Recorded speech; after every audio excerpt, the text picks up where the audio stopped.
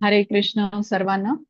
सर्वांचं खूप स्वागत आहे. श्री श्री राधा गोविंद इस्कॉन मँगलोर तर्फे घेतला जाणारा हा लेव्हल 1 चा अभ्यासक्रम आहे, ज्यामध्ये आज आपण अध्याय 16वा दैवासुर संपत विभाग योगचं अध्ययन करणार आहोत. तर प्रथम आपण मंगलाचरणने सुरुवात करूया.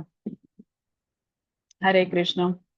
ओम अज्ञानतिमिरान्धस्य ज्ञानाञ्जनशलाकया चक्षुरुन्मिलितं येन तस्मै श्रीगुरवे नमः। श्रीचैतन्यमनोभीष्टं स्थापितं येन भूतले स्वयं रूप कदा मह्यं ददाति स्वपदान्तिकम्। हे कृष्ण करुणा सिन्धो दीनबन्धो जगत्पते गोपेश गोपिका कांत राधा कांत नमोस्तुते। तप्त कांचन गौरांगी राधे वृंदावनेश्वरी वृषभानुसुते देवी प्रणमामि हरिप्रिये। नमः ओम विष्णुपदाय कृष्णप्रेष्ठाय भूतले श्रीमते भक्तिवेदांत स्वामी इति नामिने। नमस्ते सारस्वते देवे गौरवाणी प्रचारिणे निर्विशेष शून्यवादी पाश्चात्य देशधारिणे। जय श्री कृष्ण चैतन्य प्रभु नित्यानंद श्री अद्वैत गदाधर श्रीवासादि गौर भक्त वृंद। हरे कृष्णा कृष्णा कृष्णा हरे हरे, हरे राम राम राम हरे हरे। हरे कृष्ण सर्वांना. सर्वात प्रथम आपण श्रीला प्रभुपाद यांना साष्टांग प्रणाम करूया, ज्यांनी आपल्याला समजेल अशा साध्या आणि सोप्या शब्दामध्ये भगवद्गीता आपल्याला समजावून सांगितली.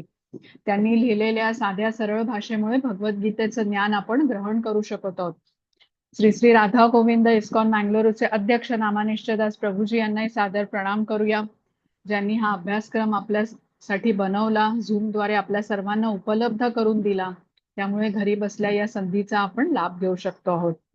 अन्वय माताजींना प्रणाम करते, ज्यांनी मला भगवद्गीता शिकवली, श्लोकाचा सखोल अर्थ समजावून सांगितला.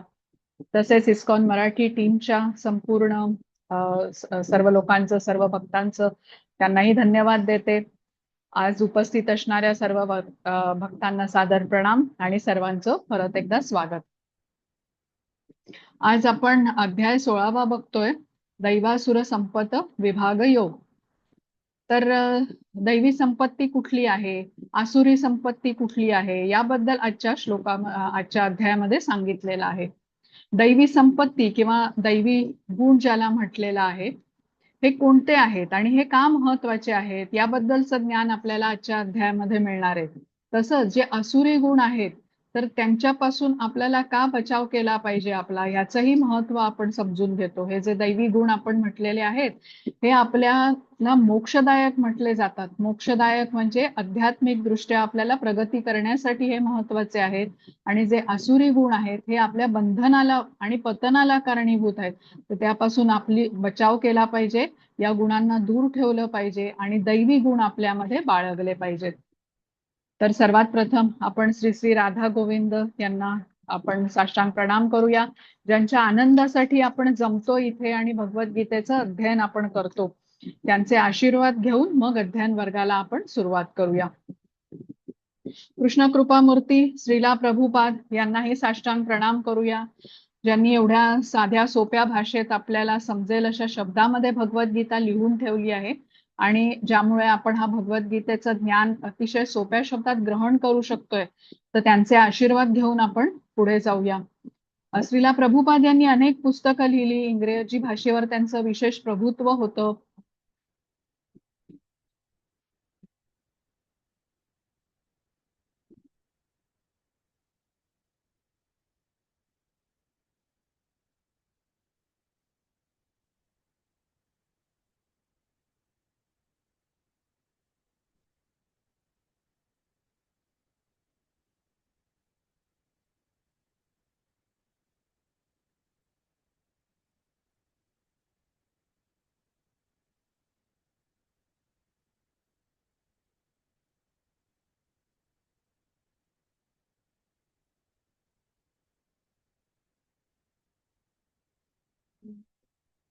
आवाज नाही येत. आवाज येत नाहीये का? मग मी एक मिनिट जरा, हा मला इंटरनेटचा काहीतरी प्रॉब्लेम आहे. मी एक मिनिट जरा व्हिडिओ ऑफ ठेवते, मग बघूया. बरं, आता येतोय का माझा आवाज सगळ्यांना? हो, हो, येतोय मॅडम. येतोय. हा हा, थँक्यू.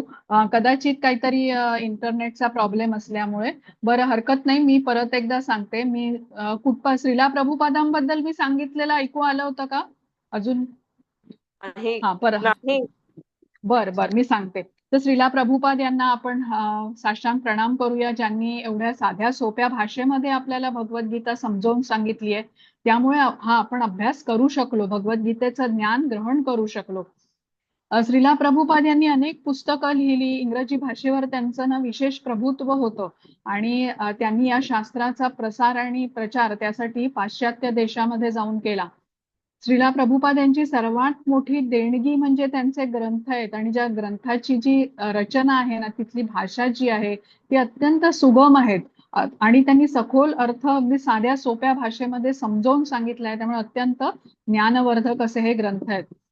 तर आज अक्षय तृतीया आहे. आजच्या दिवशी भगवंतांच्या सेवेमध्ये जी काही आपण छोटी सेवा करू, त्याचा लाभ अक्षय राहतो. अक्षय म्हणजे ज्याचा कधीही क्षय होत नाही किंवा संपत नाही. तर भगवंत जे अनंत कोटी ब्रह्मांडांचे स्वामी आहेत, त्यांच्या चरणी केलेल्या सेवेने प्रसन्न होऊन भगवंत आपल्यावर अनेक पटीने कृपा करतात. त्यासाठी आजच्या दिवशी भगवंतांच्या सेवेमध्ये दान करण्याचं विशेष महत्व आहे.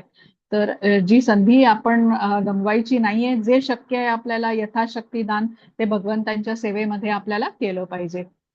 आता इथे तुम्हाला स्लाइड जी दिसते ती 15व्या अध्यायाची आहे.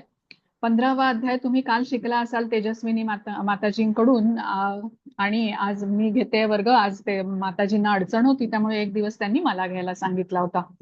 तर कालचा अध्याय होता पुरुषोत्तम योगाचा. या पुरुषोत्तम योगामध्ये तुम्ही जाणून घेतलं की कृष्णांनी आपल्याला त्या अध्यायामध्ये सांगितलंय की भौतिक जगापासून अलिप्त होऊन तुम्ही माझ्याकडे या. अलिप्त होऊन माझ्याकडे या म्हणजे त्यांच्या भगवत धामामध्ये या. या भौतिक जगाची तुलना अश्वत्थ वृक्षाशी करण्यात आलेली आहे. आणि हा अश्वत्थ वृक्ष कसा आहे, ज्याची मुळं ऊर्ध्व दिशेला आणि वृक्षाच्या शाखा खाली होत्या. वृक्षाचं पोषण प्रकृतीचे 3 गुणांनी होत होतं. आणि या वटवृक्षाचं विस्तृत वर्णन आपण कालच्या अध्यायामध्ये समजून घेतलेलं आहे. या वृक्षाचा आदी नाही, मध्य नाही, अंत नाही असं वर्णन आपण ऐकलं होतं. आणि वृक्षाच्या शाखा सर्व दिशेने पसरलेल्या होत्या. तर आता जसं आपण बघतो की ज्या भूमीवरती, ज्या जमिनीवरती पाण्याचा अभाव असतो ना, तिथे जमिनीवर गवतही उगवलेलं नसतं. पण जिथे पाण्याचा अभाव नसतो तिथे जमीन हिरवीगार दिसते आपल्याला.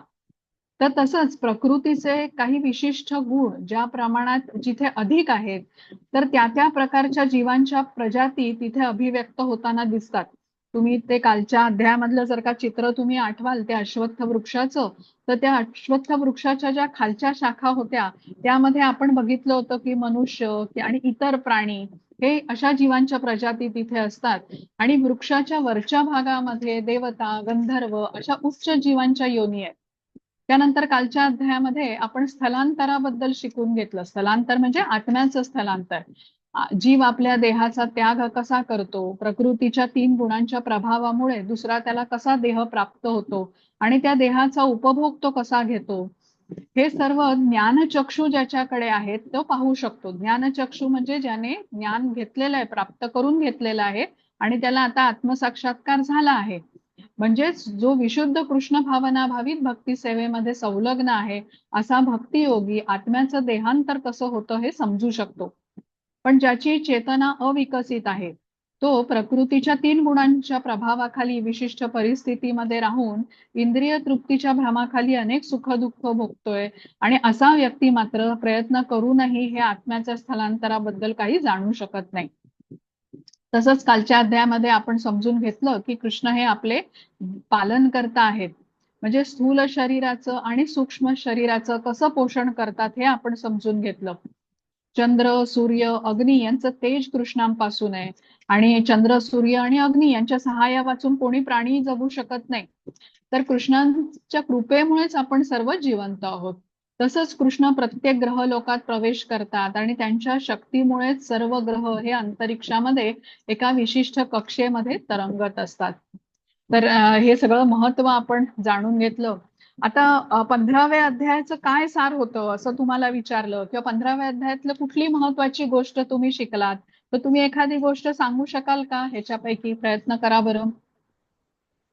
तुम्हाला काय महत्वाची आठवण आहे कालच्या अध्यायापासून? कुठली एखादी महत्वाची गोष्ट तुम्हाला नवीन शिकायला मिळाली कालच्या अध्यायामध्ये? कोणी प्रयत्न करेल? हरे कृष्ण.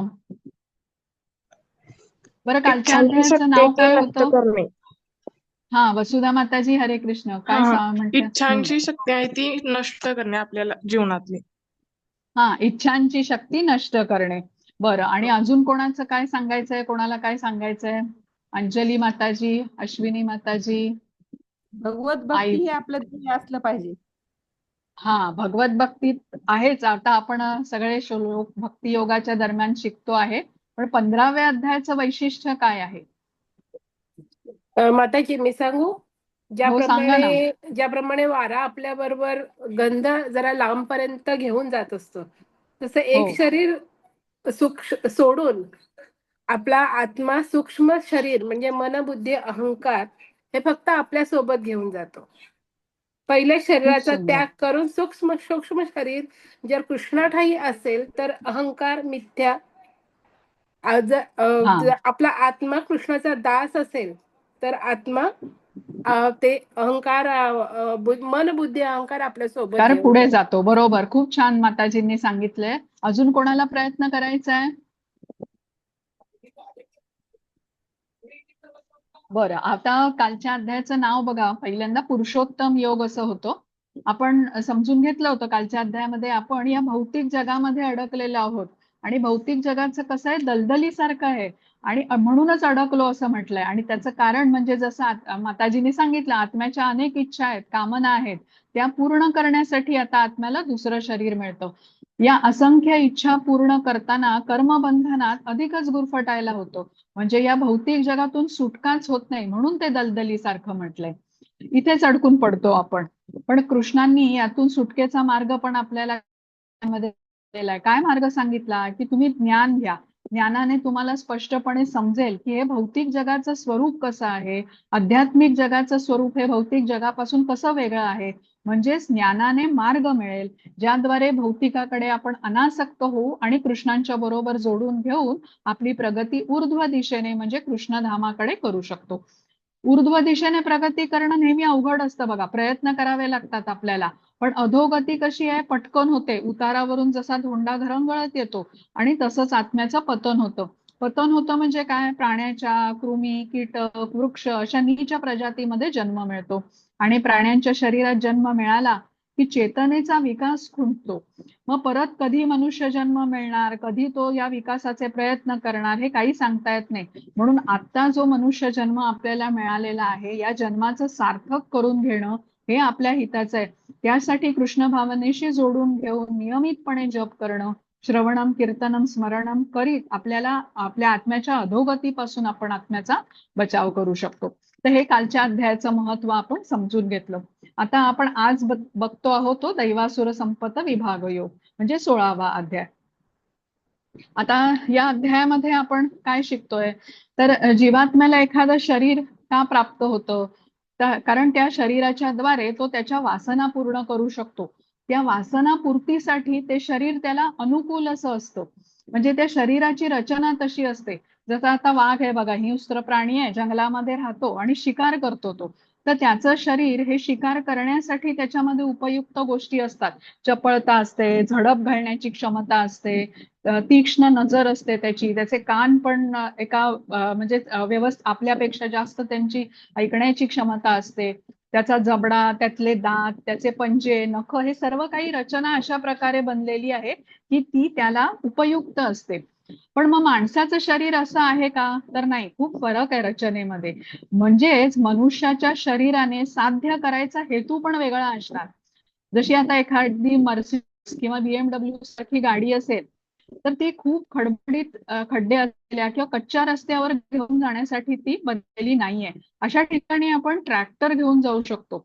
तसंच मानवी शरीर हे आत्मसाक्षात्कारासाठी मिळालेलं आहे. जशा आता मर्सिडीज सारख्या गाडीला आपण खडबडीत रस्त्यावर नेलं, कच्च्या रस्त्यावरती नेलं तर ती बिघडून जाईल. तसंच मानवी जीवनाचा उपयोग आपल्याला कृष्णांनी जे नियम सांगितलेत, उपदेश सांगितले आहेत, ते पाळत आपण कृष्ण भावनेशी जोडून घेऊन आपण त्यांची प्राप्ती किंवा भगवत धामाच्या दिशेने वाटचाल करू शकतो. यासाठी वापरणं ही आपली जबाबदारी आहे.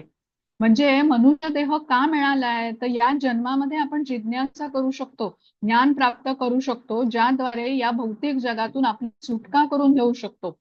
तर 15व्या अध्यायामध्ये आपण या भौतिक जगाचं वर्णन ऐकलं की जो उलटा अश्वत्थ वृक्ष आहे आणि ज्याचा आदी नाही, मध्य नाही, अंत नाही असा तो पसरलेला आहे. यातून सुटका करून घेण्याची संधी केवळ मनुष्य जन्मातच आपल्याला प्राप्त होते. म्हणून दुर्लभम मानुष्य जन्म म्हटलेलं आहे. दुर्लभ कशासाठी म्हटलेलं आहे की आत्मसाक्षात्काराची संधी ह्या जीवनात आपल्याला उपलब्ध असते या जन्मामध्ये. इंद्रिय तृप्तीसाठी दुर्लभ म्हटलेला नाहीये की परत कधी इंद्रिय तृप्ती मिळेल करायला. आत्मसाक्षात्काराच्या हेतूने ह्याला दुर्लभ म्हटलेलं आहे. आता या भौतिक जगातून सुटका करून घेऊन म्हणजे आपण कृष्णांच्या बद्दलचं ज्ञान घेऊन आपण पुढे वाटचाल करू शकतो, हे कृष्णांनी आपल्याला सांगितलं.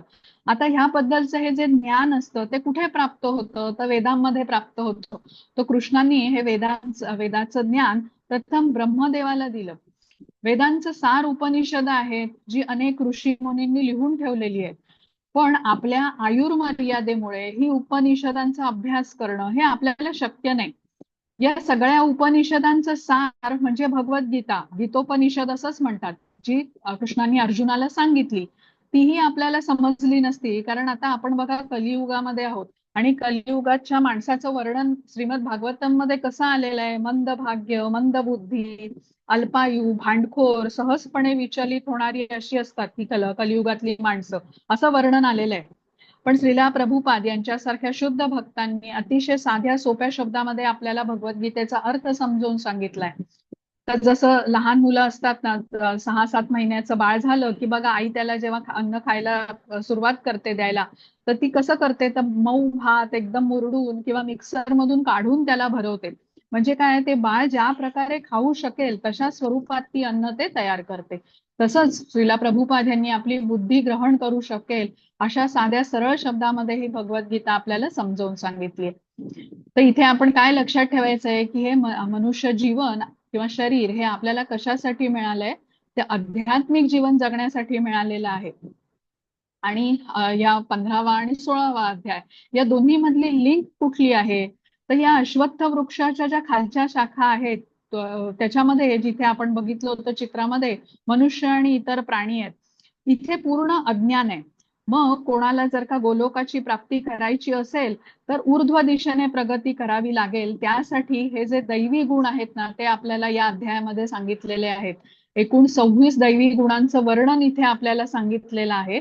आणि पुढचे जे म्हणजे पहिल्या 3 श्लोकामध्येच हे दैवी गुणांचं वर्णन आलेलं आहे. इतर पुढचे श्लोक जे आहेत ना हे सर्व आसुरी गुणांचं वर्णन सांगतात.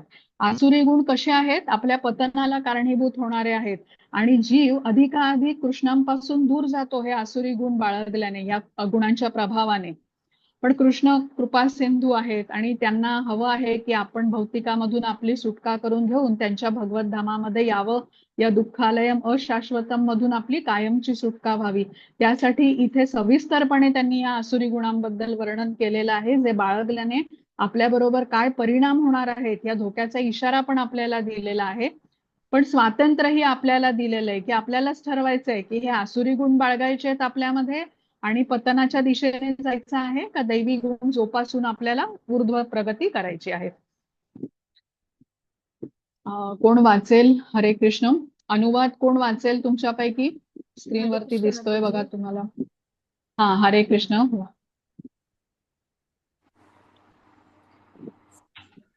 हरे कृष्ण मॅडम. हा, प्रवीण प्रभूजी वाचा तुम्ही. श्री भगवान म्हणाले, निर्भयपणाने सशुद्धी, आध्यात्मिक ज्ञानाचे अनुशीलन, दान, आध्यात्मिक आत्मसंयम, यज्ञ कर्म, वेदयज्ञ, तपस्या, साधेपणा, अहिंसा, सत्य, क्रोधातून मुक्तता, त्याग, शांती, दोष काढण्याच्या वृत्तीचा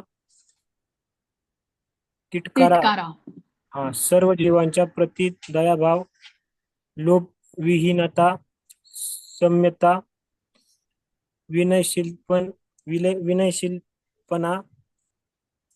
लोभविहीनता, सौम्यता, विनयशीलपणा, दृढ निश्चय, उत्साह, क्षमा, शुची आणि द्वेष या शुची शुची आणि द्वेष व सन्मानाच्या अभिलेषापासून मुक्त हे सर्व दैवी गुण हे भारता दैवी स्वभावाच्या मनुष्यामध्ये आढळतात. हरे कृष्ण. आता इथे या श्लोकामध्ये 26 गुण आपल्याला सांगितलेले आहेत. या 26 गुणांचं महत्व काय आहे, तर ही आपली प्रगती ऊर्ध्व दिशेने घडवून आणण्यासाठी हे सहायता करतात. आता हे गुण आपल्याला त्यासाठी नीट समजून घेतले पाहिजेत आणि मग आचरणातही आणले पाहिजेत. जसं आता एखादा अपराध करणारा असतो तर त्याला जेलची शिक्षा दिली जाते, तर तो तिथे शिक्षा भोगून त्याच्यामध्ये सुधारणा घडवून यायला हवी. तसंच भौतिक जगत हे आहे की आपल्याला यामध्ये अडकून पडायचं नाहीये. इंद्रिय उपभोगच आपण घेत राहिलो तर त्या अश्वत्थ वृक्षामध्येच आपण अडकून जाऊ, या शाखेवरून दुसऱ्या शाखेवर असे जात राहू. आपल्याला सुधार घडवून आणायचा आहे आणि या भौतिक जगत रूपी जेलमधून बाहेर पडायचंय. त्यासाठी हे दैवी गुण आपल्याला सहायता करतात. आता आपण म्हटलं की हे जे दैवी गुण आहेत हे श्रीला प्रभुपाद यांनी इथं पुस्तकामध्ये अतिशय सविस्तरपणे ह्यांचं वर्णन केलेलं आहे. आपण संक्षिप्त मध्ये हे बघूया. आता पहिले ते 3 गुण म्हटलेले आहेत की अभयम, सत्व, संशुद्धी. इथे जाण्यापूर्वी काही गुण असतात बघा आपल्यामध्ये, हे जन्मतः येतात, ज्याला म्हणतो ना या गुणानुसार माणसाचा स्वभाव किंवा वागणूक आपली बनते. मग कसं असतं, ज्या वेळेला आपण मोठे होतो त्यावेळेला ज्या लोकांच्या बरोबर आपण अधिक वेळ घालवतो त्यांचे काही गुण आपल्याला मिळतात, ते आपल्यामध्ये विकसित होतात. किंवा घरी काय वातावरण आहे, काय शिकवलं जातं, कुठलं आपल्याला प्रशिक्षण मिळतं, यावरूनही काही गुण विकसित होतात. तर अशा प्रकारे काही गुण जन्मजात असतात, काही आपण घेतो म्हणजे या जीवनामध्ये. जे गुण आपल्यामध्ये जन्माप्रमाणे आलेले आहेत ते आपण बदलू शकत नाही, पण इतर जे गुण आता आपण इथे घेतो आयुष्यामध्ये ते निवड करण्याचं आपल्याकडे स्वातंत्र्य असतं. भक्तांचा संग ठेवून आपण चांगले गुणही विकसित करू शकतो आणि मग हे गुण आपल्याला योग्य ते बदल आपण आपल्यामध्ये घडवून येऊ शकतात. तर हे जे गुण दिलेले आहेत आता इथे आपण स्क्रीनवरती जे बघतोय, या प्रत्येक गुणावरती आधारित श्रीला प्रभुपाद यांनी तात्पर्यामध्ये खूप सविस्तर माहिती दिलेली आहे, ती आपण वाचायचा प्रयत्न केला पाहिजे. तर आता पहिले जे 3 गुण आहेत, अभयम, सत्व, संशुद्धी, हे जे 3 गुण आहेत हे संन्यासीसाठी का महत्वाचे आहेत हे आपल्याला इथे समजून घ्यायचंय. अभयम म्हणजे निर्भयता. संन्यासी कसा निर्भय हवा, तो सदैव भ्रमण करतो. अगदी जंगलाची वाट असेल तरी त्याने निर्भय असायला हवं. एकटा राहतो, तो एकटाच प्रवास करतो, विना आश्रय एकटा राहतो, म्हणजे भगवंतांच्या कृपेवरती तो विसंबून असतो. ज्या मनुष्याला वाटत असेल की मी संसाराचा त्याग केला, आता माझं रक्षण कोण करेल, आजारी पडल्यावर माझी देखभाल कोण करेल, किंवा माझ्या परिवाराचं काय होईल, त्यांची काळजी कोण घेईल, तर श्रीला प्रभुपाद इथे सांगतात की अशा व्यक्तीने संन्यास आश्रम स्वीकारू नये. संन्याशाला पूर्ण खात्री हवी की मी एकटा नाहीये, भगवंत परमात्मा रूपात सतत माझ्या बरोबर आहे. त्याचा पूर्ण विश्वास हवा भगवंतांवर की ते त्याची काळजी घेणारच आहे. मग सत्व, संशुद्धी असा गुण आहे पुढचा, हाही संन्यास आश्रम मध्ये असणाऱ्या व्यक्तीसाठी आहे. आता संन्यासाश्रम पालन करण्याची जी विधिविधानं आहेत त्या संन्याशाने स्त्रियांशी निकट संपर्क टाळावा असं सांगितलंय. एकांतामध्ये स्त्रियांबरोबर बोलूही नाही असा नियम आहे. काही बोलायचंच असेल तर सर्वांच्या समोर बोलायचं आणि इतरांना ऐकू जाईल असं बोलायचं, एकांतात बोलणं टाळायचं. तर शास्त्रामध्ये स्त्री आणि पुरुष यांची तुलना आग आणि लोणी यांच्याशी केली जाते. आगीचा निकट संपर्क आल्यावरती लोणी वितळतं, तसंच संन्याशाच्या शुद्धीकरणासाठी स्त्रीचा संपर्क टाळला पाहिजे, त्याला सांगितलेलं आहे. हा नियम आहे. पुढचा आहे ज्ञान योग व्यवस्थिती. आता दिव्य आध्यात्मिक ज्ञान घेणं आणि इतरांना ते देणं हे संन्याशाचं कर्तव्य आहे. आध्यात्मिक ज्ञान घेणं म्हणजे कानाने कृष्णांच्या बद्दलच कथा ऐकणं, कृष्णांचं नाम, गुण, रूप, लीला यांचं श्रवण करणं, कृष्ण कीर्तन ऐकणं असं आहे. भौतिक जगाबद्दलचं ज्ञान घेणं हे असे टाळतात. म्हणजे केवळ कृष्णांबद्दलच श्रवण ते विषयाच्या बद्दलचं ज्ञान घेण्याचा त्यांनी पूर्ण त्याग केलेला असतो. आता हा संन्यासी आहे, तो घरोघरी जाऊन भिक्षा मागतो. भिक्षा घेतली त्याने आणि तो निघून गेला असं न करता ज्या घरातून तो भिक्षा घेईल तिथे त्यांना कृष्णांच्या कथा सांगणं, जपाचं महत्व सांगणं, कृष्ण भावनेचा प्रसार करणं हे पण संन्याशाचं कर्तव्य आहे. म्हणजे भिक्षा घेतल्यानंतर संन्याशाला त्या परिवाराला जे काही परत द्यावं लागतो तिथे तो ही कृष्णांबद्दलची शिक्षा देतो, कृष्ण ज्ञान देतो. आता त्याचे पुढचे 3 आहेत, दान, दम आणि यज्ञ. हे जे 3 गुण आहेत हे गृहस्थाश्रमीयांकरता महत्वाचे आहेत. दान, आता गृहस्थ कसा आहे, अर्थार्जन करतो, मग हाताशी असलेले पैसे तो इंद्रिय तृप्तीवरती घालवू शकतो आणि असा तो करू लागला तर त्याचं जीवन, आध्यात्मिक प्रगती त्याची त्या जीवनामध्ये होऊ शकणार नाही. इंद्रिय तृप्ती ही आध्यात्मिक प्रगतीमध्ये सगळ्यात मोठी बाधा म्हटली जाते. म्हणून योग्य ठिकाणी दान करण्याचं महत्व आहे. दान न केल्याने कठोर हृदय होतं आणि आध्यात्मिक प्रगती थांबते.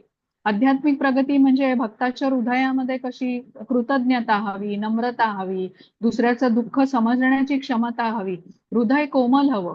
पण ज्याच्याकडे पैसा आहे तो अधिक तर आपल्या इंद्रिय तृप्तीवरती तो घालवताना आपण बघतो. कृष्णांच्यासाठी तो काही करताना दिसत नाही, दान इत्यादी काही देत नाही.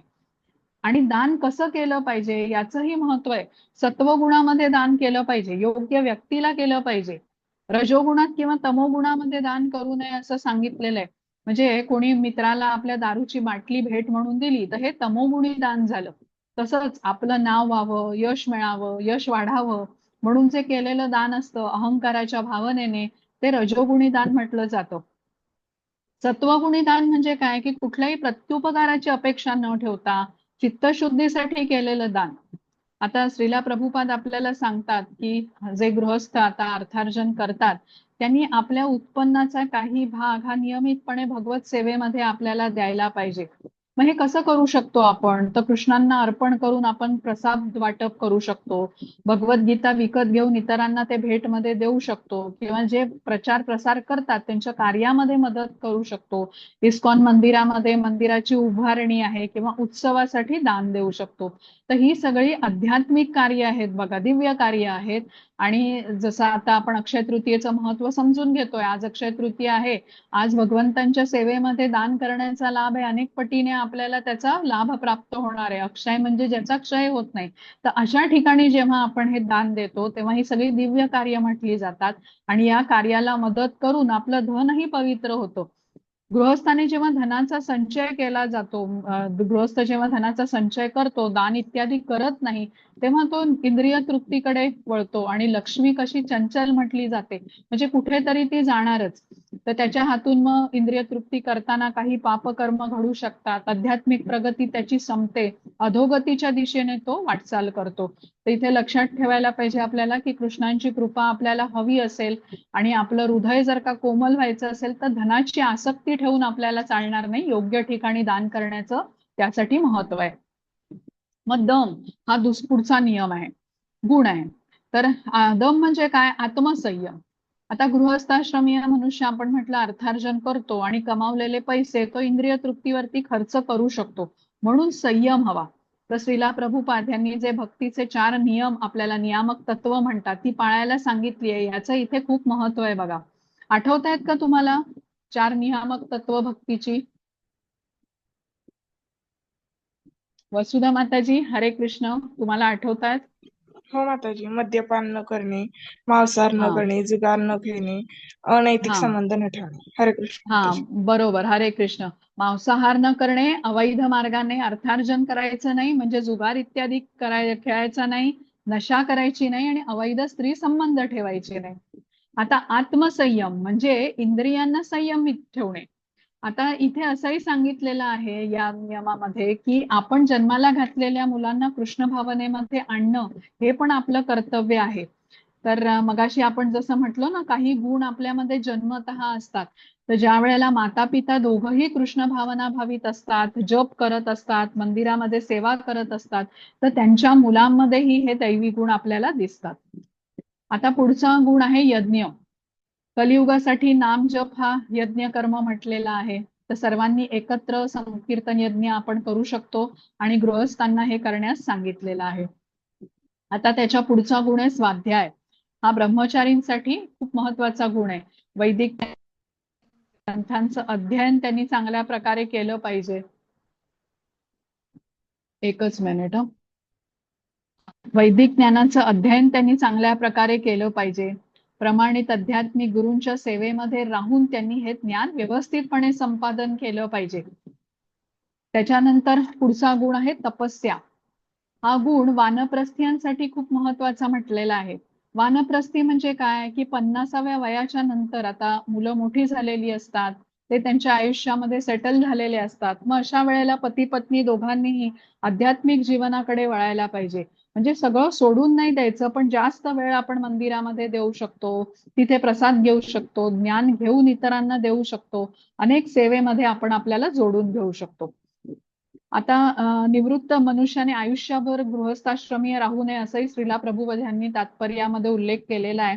गृहस्थाश्रमातून निवृत्त झाल्यावर मनुष्याने शरीर, मन आणि जीभ यांचं तप केलं पाहिजे. कायिक, वाचिक आणि मानसिक तपस्येच्या शिवाय मोक्ष प्राप्ती करता येत नाही असं श्रीला प्रभुपाद म्हणतात.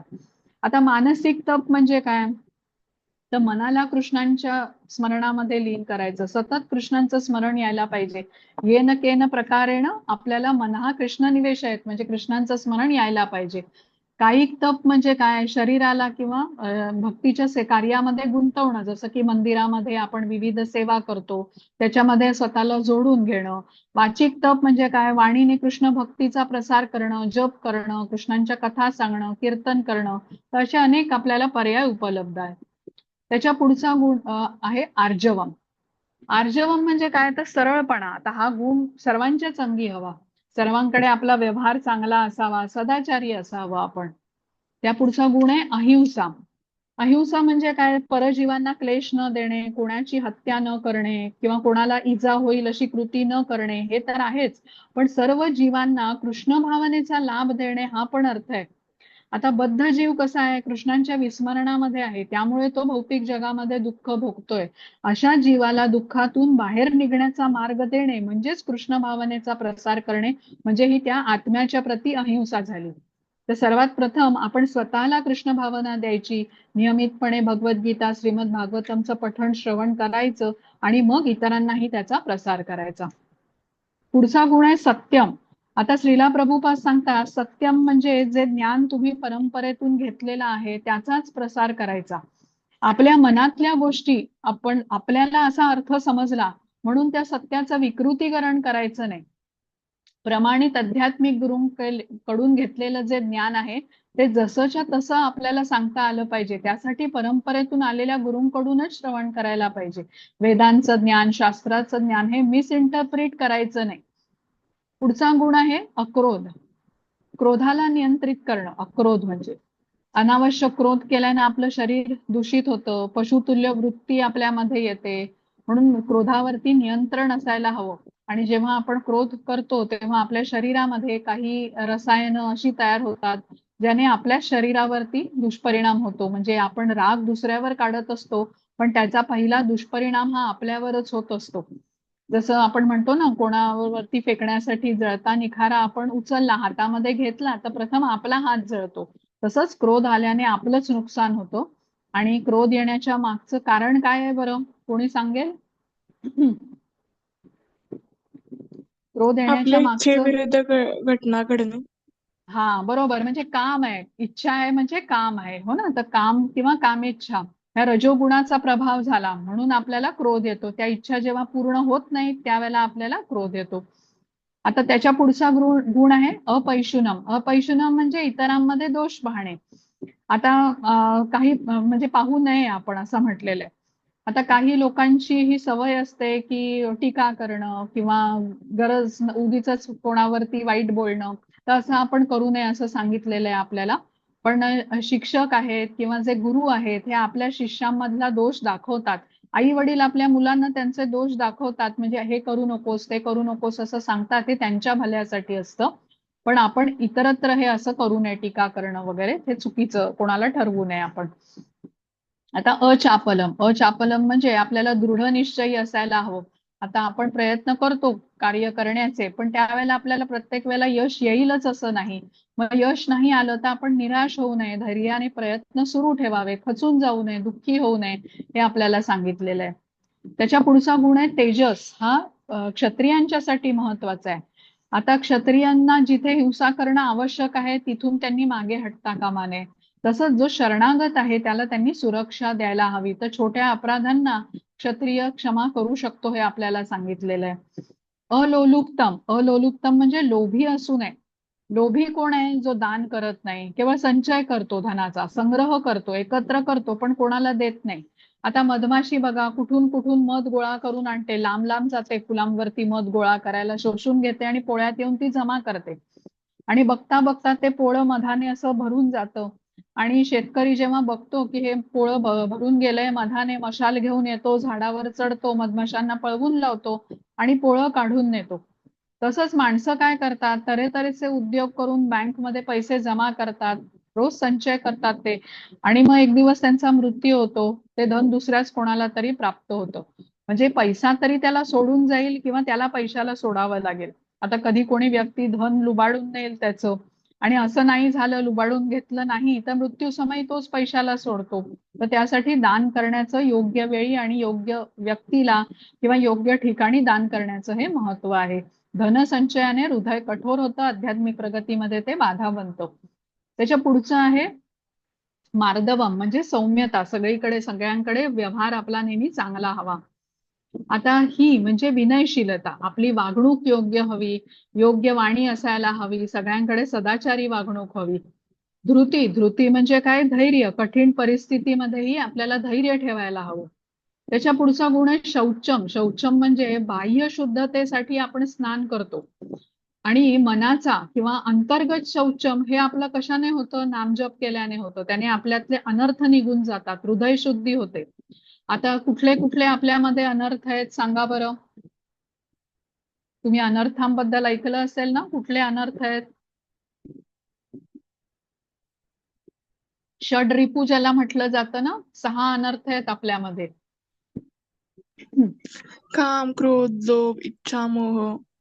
हा, मद, मत्सर आणि अहंकार. यांना षड्रिपू किंवा हे 6 अनर्थ आहेत. आणि हे अनर्थ जर का दूर करायचे असतील तर आपल्याला नामजप केला पाहिजे. आता नातीमानिता हा पुढचा गुण आहे. सर्वांचा आदर करायचा, पण आपण मानाची अपेक्षा ठेवायची नाही. शूद्रांच्यासाठी हा खूप महत्वाचा गुण आहे. शूद्र कसा आहे? इतरांकडे तो सेवक म्हणून काम करतो, तर त्याने इतर वर्णांचा आदर केला पाहिजे. जेव्हा सर्वांकडे आपण आदराने वागतो तेव्हा सामाजिक सुव्यवस्थेसाठी ते योग्य असतं. आपला दर्जा सांभाळून खोट्या प्रतिष्ठेच्या आहारी न जाता आपण सर्वांचा आदर करायचा आहे असं सांगितलेलं आहे. खरं तर हा गुण सर्वांच्यासाठी आहे. आपल्याला मान मिळेल ही अपेक्षा ठेवू नये आपण, आणि या प्रकारे राहावं. तर आता हे 26 गुण आपण ऐकून घेतले. सविस्तरपणे का समजून घेतले आपण? कारण आपल्याला ह्यांच्याबद्दल हे व्यवस्थितपणे जाणून घेतले पाहिजेत आणि हे आचरणात आणले पाहिजेत. ही दैवी संपत्ती म्हटलेली आहे. दैवासुर संपत विभाग योग म्हणजे संपत्ती. तर आपल्यामध्ये हे गुण बाळगले पाहिजेत. हे गुण आपल्याला भगवंतांकडे जाण्याच्या मार्गावर प्रगती घडवून आणण्यासाठी सहायता करतात. तर त्यासाठी आपण हे व्यवस्थितपणे समजून घेणं हे खूप आवश्यक आहे. आता आपण पुढचा श्लोक बघूया, जिथे आपल्याला आसुरी गुणांबद्दल सांगितलेलं आहे. हरे कृष्ण. वरदा माताजी. मी वाचते. हा श्लोक वाचाल. पारुष्यमेव च अज्ञानं च विजातस्य पार्था संपद मासुरे. हरे कृष्ण. हरे कृष्ण. हा अनुवाद वाचा माताजी, प्रतिभा माताजी. हे पार्थ, दंभ, उर्मटपणा, अभिमान आणि अज्ञान हे असुरी प्रकृतीत जन्मलेल्या लोकांचे गुण आहेत. हरे कृष्ण. हरे कृष्ण. आता या इथून बघा, पहिल्या 3 श्लोकामध्ये कृष्णांनी दैवी संपदा आपल्याला सांगितली, दैवी गुण सांगितले. इथून पुढे सगळा अध्याय जो आहे ना हा आसुरी गुणांबद्दलच कृष्ण सविस्तरपणे सांगणार आहेत. तर इथे 6 आसुरी गुणांबद्दल सांगितलेलं आहे. हे गुण कुठले आहेत? तर दंभ, दर्प, अभिमान, क्रोध, पारुष्य म्हणजे कठोरता आणि अज्ञान. तर दंभ दंभ म्हणजे काय? की जे आपण नाही आहोत ते मानणे किंवा तसा देखावा करणे. कारण त्याला इतरांकडून आता स्वतःची स्तुती ऐकायची असते, आदर हवा असतो इतरांकडून, मग व्यक्ती स्वतःबद्दलचा मोठेपणा सांगते, त्याला हा दंभ म्हटलेला आहे. दर्प दर्प म्हणजे काय? गर्व करणे, जे आहे त्याच्याबद्दलचा गर्व किंवा घुमेंड असणे. आता भौतिक संपत्ती असेल कोणाकडे, आपला हुद्दा असेल, सौंदर्य असेल, आपलं शिक्षण असेल, यावरती गर्व असेल तर त्याला दर्प म्हणतात. मग अभिमान अभिमान म्हणजे प्रशंसेची इच्छा असते लोकांना, माझा सत्कार व्हावा, सगळ्यांनी माझा मान सन्मान करावा अशी अपेक्षा करायची. तर ही स्तुती, प्रशंसा, मान सन्मान आता मिळेलच असं नाही. आणि त्यानंतर जो पुढचा गुण म्हटलेला आहे क्रोध, आता या अपेक्षा पूर्ण झाल्या नाहीत त्यांना क्रोध येतो. छोट्या छोट्या गोष्टीत हे लोक क्रोधित होतात. क्रोध आल्याने सद्विवेक बुद्धी काम करत नाही, बुद्धिनाश होतो. आपण दुसऱ्या अध्यायामध्ये तुम्हाला आठवत असेल तर तुम्ही त्या आसक्तीचं चक्र शिकलायत. क्रोध आल्याने संमोहित होतो, बुद्धिनाश होतो आणि प्रणश्यती म्हणजे क्रोधात भवती सम्मोहा, सम्मोहात स्मृती विभ्रमः, स्मृतीभ्रंशात बुद्धिनाशो, बुद्धिनाशात प्रणश्यती म्हणजे आत्म्याचं पतन होतं. मग पुढचा पारुष्य म्हणजे कठोरता असा गुण आहे. आता असे जे व्यक्ती असतात ते कटू वचन बोलतात, त्यांची वाणी कठोर असते, त्यांची वागणूक उग्र असते. पुढचा गुण आहे अज्ञान. अज्ञान म्हणजे काय? काय करावं, काय करू नये, योग्य अयोग्य हे त्यांना काही कळत नाही. याचा विचार न करताच ते आपल्या इच्छेप्रमाणे वागतात. तर श्रीला प्रभुपाद या श्लोकाच्या तात्पर्यामध्ये समजावून सांगतात की मातेच्या उदरात असल्यापासूनच हे जे असुरी गुण असतात ना ते त्यांच्यामध्ये असतात आणि जसं जसं वय वाढत जातं तसे हे अशुभ गुण ठळकपणे दिसतात. तर आपल्याला लक्षात काय घेतलं पाहिजे की हे दोन्ही दैवी गुण आणि आसुरी गुण हे आपल्या सर्वांमध्ये असतात. म्हणजे एकाच व्यक्तीमध्ये दैवी गुण पण असतात आणि आसुरी गुण पण असतात. स्वातंत्र्य आपल्याकडे आहे, आपण कुठल्या गुणाला वाढायला वाव देतो ते हा निर्णय आपल्याकडे असतो. जसा आता पाळलेला कुत्रा बघा, आपल्या मालकाकडे अतिशय प्रेमळपणे वागतो, पण कोणी घरी त्याच्या घुसण्याचा प्रयत्न केला तर तोच कुत्रा खूप रागीटपणे वागताना दिसतो. तसेच हे आसुरी गुण जर का बळावले आपल्यामध्ये ना तर आपण अयोग्य दिशेने जातो, अधोगतीच्या दिशेने वाटचाल करतो. आणि दैवी गुण जोपासले, त्यांना वाढायला वाव दिला तर ते मोक्षदायक म्हटले जातात. कृष्णांकडे जाण्यासाठी, भगवत धामामध्ये भगवत धामाकडे वाटचाल करण्यासाठी हे आपल्याला उपयोगी पडतात.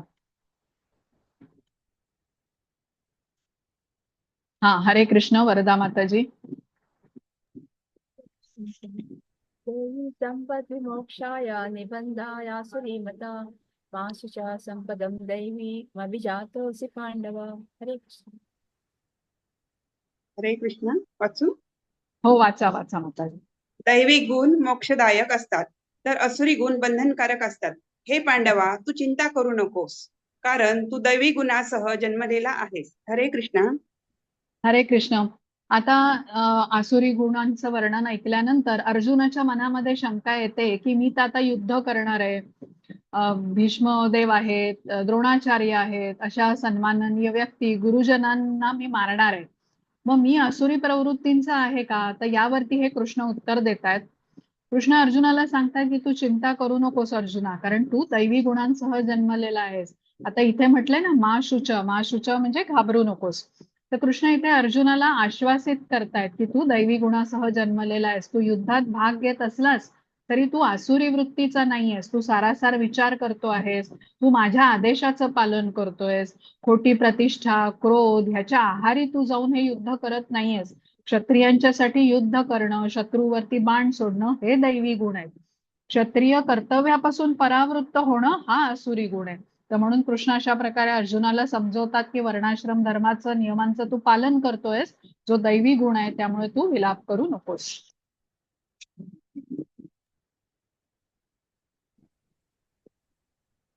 हा, प्रतिभा माताजी अनुवाद वाचा. हे पार्थ, या जगतामध्ये दैवी आणि आसुरी असे 2 प्रकारचे जीव आहेत. मी यापूर्वीच तुला दैवी गुणाचे विस्तारपूर्वक वर्णन सांगितलेले आहे.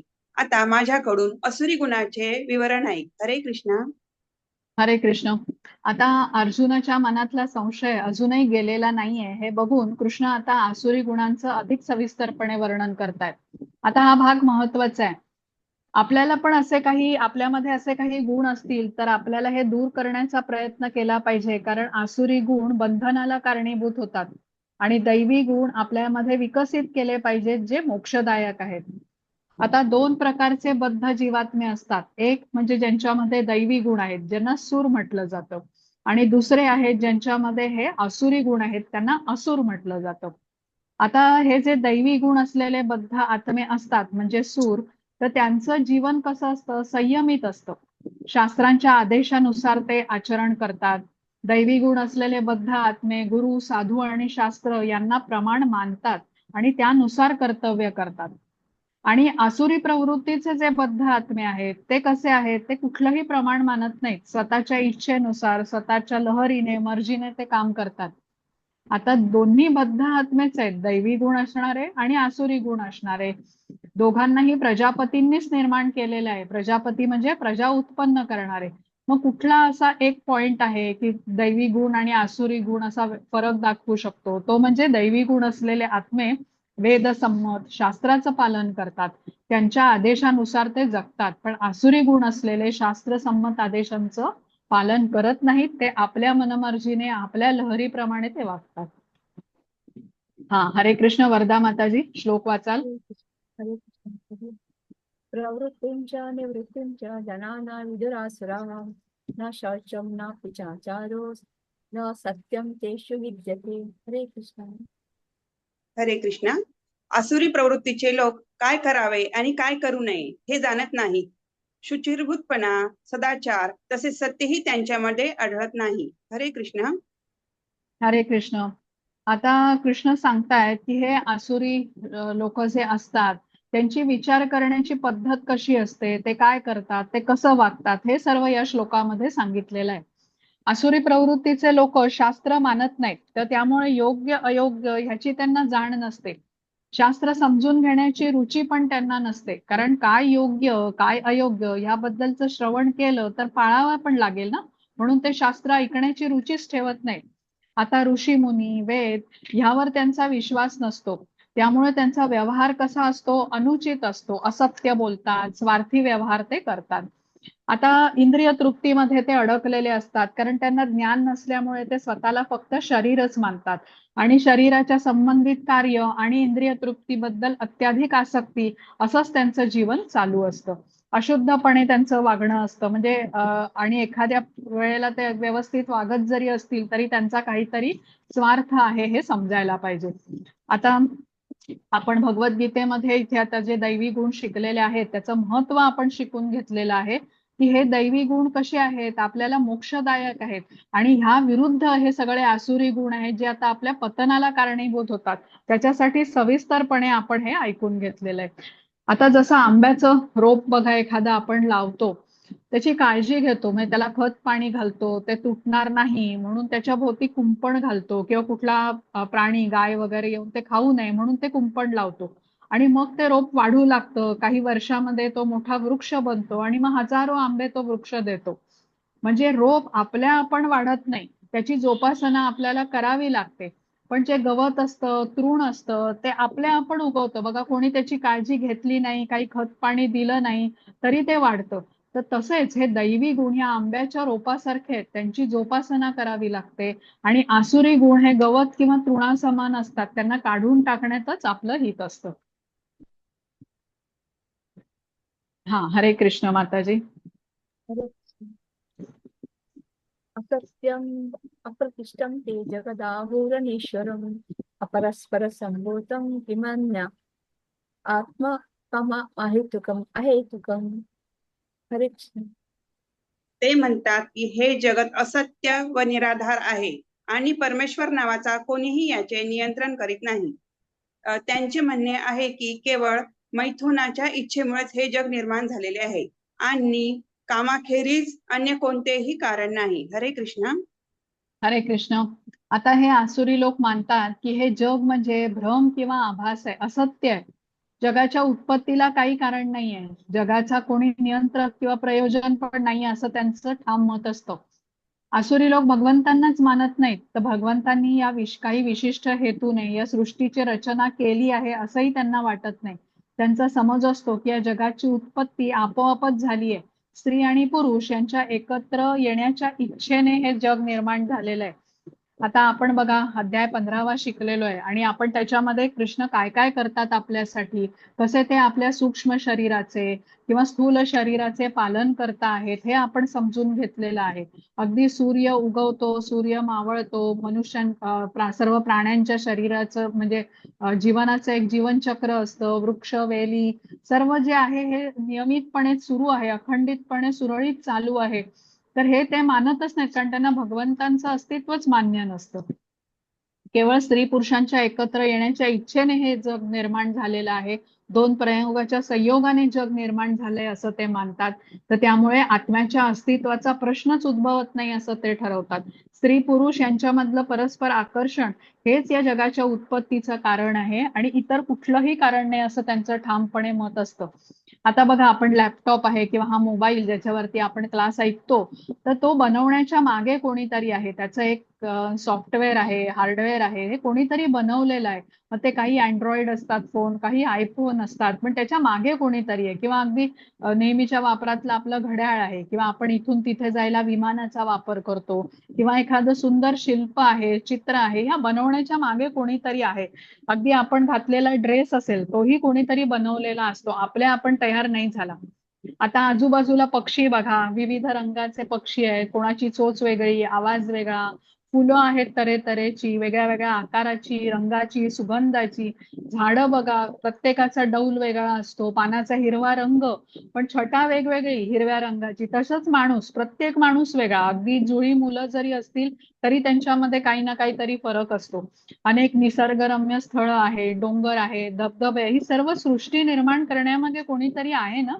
तर मनुष्यांचा बघा, आता बल्बचा शोध लावला होता कुठल्या शास्त्रज्ञाने, केवढा त्याचं कौतुक झालं. विमान तयार केलं तेव्हाही बुद्धीचं कौतुक झालं.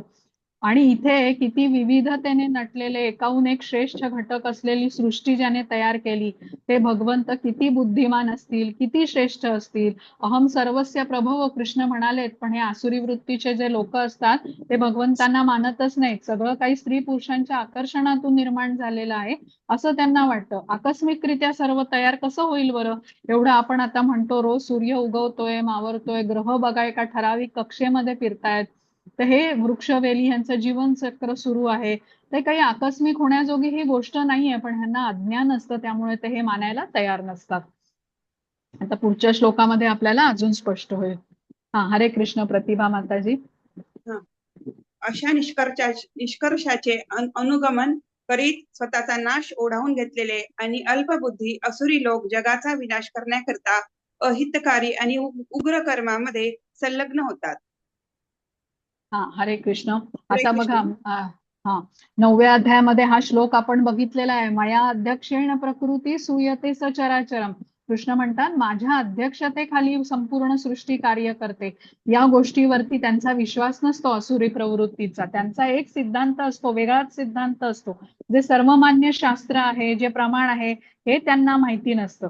आणि आजकाल आता आधुनिक म्हणवणाऱ्या समाजामध्ये असे आसुरी वृत्तीचे अनेक लोक आपल्याला दिसतात. त्यांना मनाला वाटेल तसं ते वागतात, म्हणतात मजा करा, उपभोग घ्या, कोणीच नाहीये बघायला तुम्ही काय केलं ते, एकच जीवन मिळालंय, म्हणजे यू लिव्ह ओनली वन्स, ज्याला योलो जनरेशन म्हणतात ना, अशी एक पूर्ण जनरेशन पिढी तयार आहे. आणि याच प्रकारे ते विचार करतात.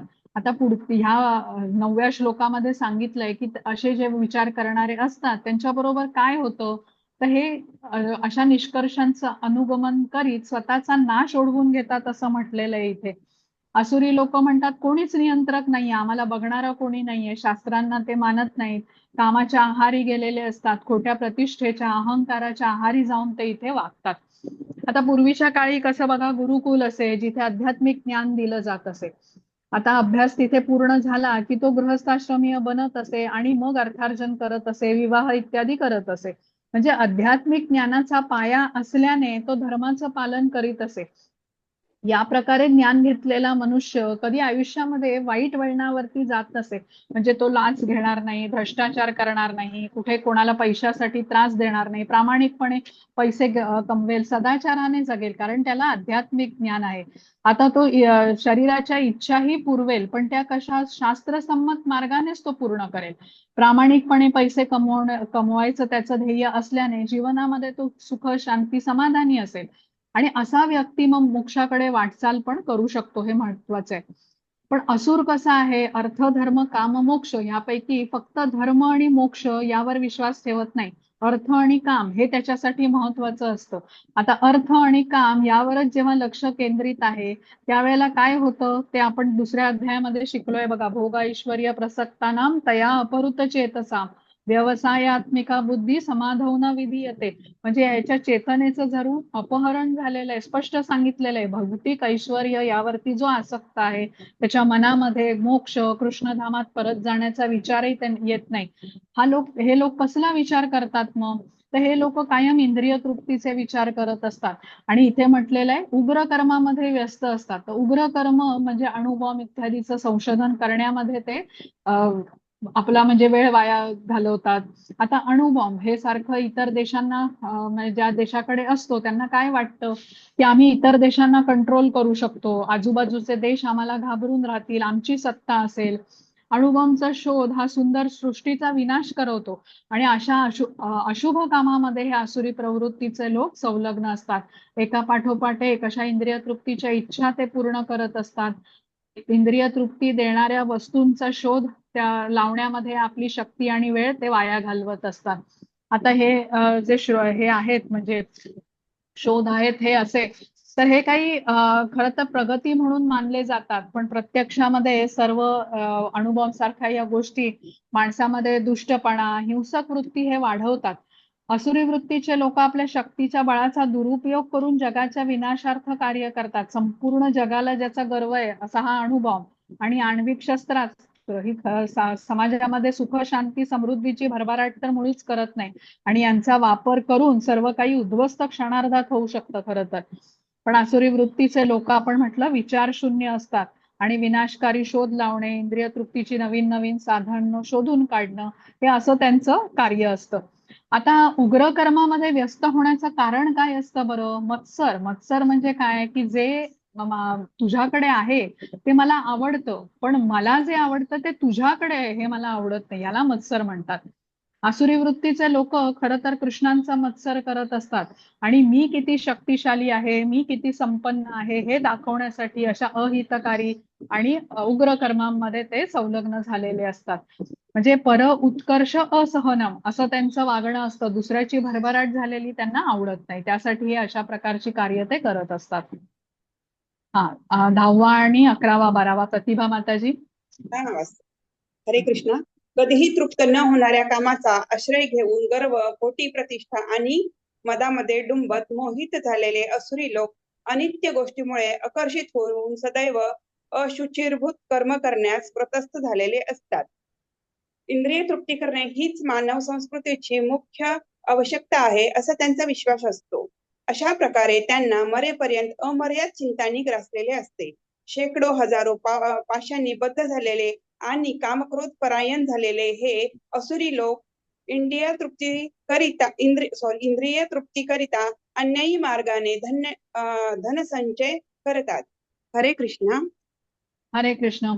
आता इथे काय म्हटलंय की हा आसुरी वृत्तीचे लोक सुधारण्याचा प्रयत्न पण करत नाहीत. जणू त्यांनी चुकीची अशुचिरभूत कर्मे करण्याचा व्रतच घेतलेलं असतं आणि इंद्रिय तृप्तीची म्हणजे क्षणभंगूर सुख प्राप्त करण्याच्या मागे ते लागलेले असतात.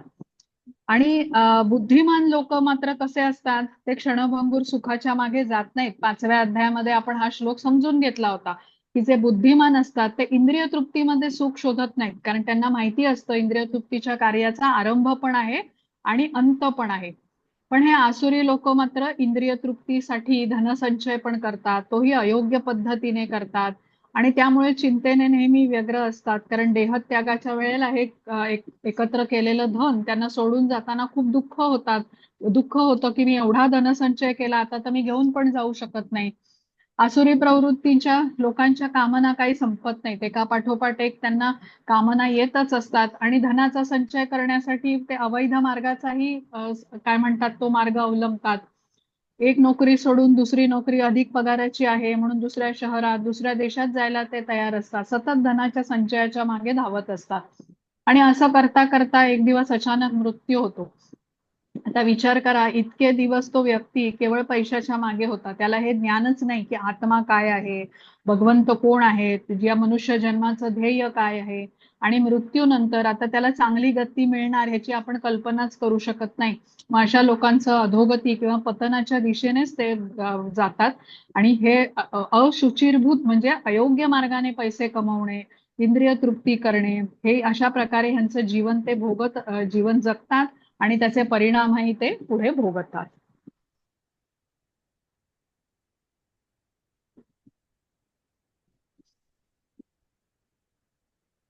हरे कृष्ण. माताजी वाचा. असुरी मनुष्य विचार करतो की आज माझ्याकडे इतकी संपत्ती आहे आणि माझ्या योजनेनुसार मी अधिक संपत्ती प्राप्त करेन. हे इतके धन माझ्याकडे आहे आणि भविष्यातही ते उत्तरोत्तर वाढेल. हा माझा शत्रू आहे आणि मी त्याला मारले आहे आणि माझे इतर शत्रूही मारले जातील. मी सर्वांचा ईश्वर आहे, मीच भोक्ता आहे, मीच परिपूर्ण बलवान आणि सुखी आहे. माझ्या आजूबाजूला माझे वैभवशाली नातलग असलेले मीच धनाढ्य मनुष्य आहे. माझ्यासारखा बलवान आणि सुखी इतर कोणीही नाही. मी यज्ञ करेन, मी दान देईन आणि याप्रमाणे मी मौजमजा पण करेन.